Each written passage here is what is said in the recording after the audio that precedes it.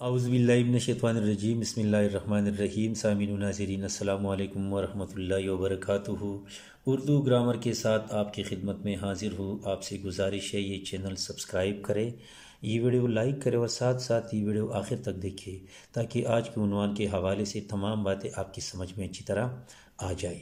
آج اردو گرامر میں ہم نے جس عنوان کا انتخاب کیا ہے وہ ہے تفہیمی سوالات، یعنی پیراگراف اور اس کے نیچے موجود سوالات کے جوابات۔ اور یہ سوال جماعت نحم اور دہم کے پیپر میں آتا ہے، جو نیا پیپر ہے یا نیا پیٹرن ہے اسی کے مطابق اس میں سوال نمبر 2 یا حصہ بی میں سے اس کا جو پہلا جز ہوتا ہے وہ اس طرح ہوتا ہے۔ سوال آپ ملاحظہ کر سکتے ہیں کہ درج ذیل عبارت کو غور سے پڑھیے اور نیچے دیے گئے سوالات میں سے 8 کے جوابات اپنے الفاظ میں تحریر کریں، اور اس کے کل نمبر ہوتے ہیں 16، اور یہ 9 سوالات دیے جاتے ہیں، ان میں سے 8 کے جوابات دینے ہوتے ہیں۔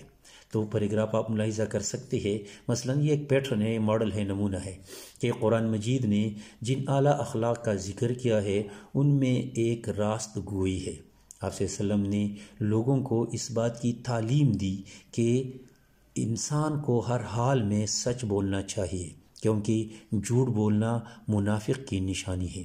حضور نبی کریم صلی اللہ علیہ وسلم اس قدر راہ راست تھے کہ نبوت سے بہت عرصہ پہلے اہل مکہ آپ صلی اللہ علیہ وسلم کو صادق کے نام سے پکارتے تھے۔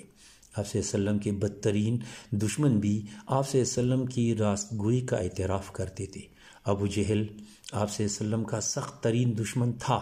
ایک مرتبہ کسی نے اس سے پوچھا کہ اے ابو جہل، بتا کہ مسلمانوں کا نبی سچا ہے یا جھوٹا؟ نعوذ باللہ۔ ابو جہل نے قسم کھا کر کہا، بے شک محمد صلی اللہ علیہ وآلہ وسلم سچا ہے، کیونکہ اس نے کبھی جھوٹ نہیں بولا۔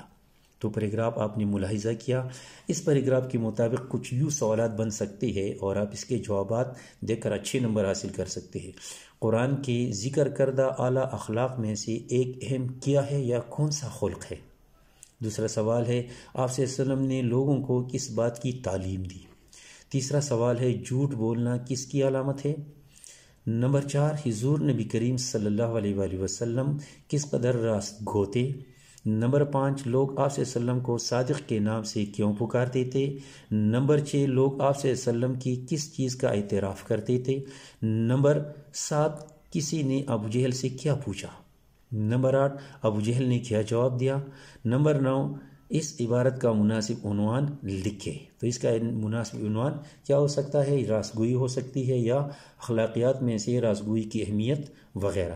تو آپ نے دیکھ لیا کہ یہ پیراگراف کس طرح آتا ہے، کس طرح سوالات ہوتے ہیں اور کس طرح اس کے جوابات دینے ہوتے ہیں۔ آئندہ کسی نئے عنوان تک اجازت دیجیے۔ اللہ حافظ۔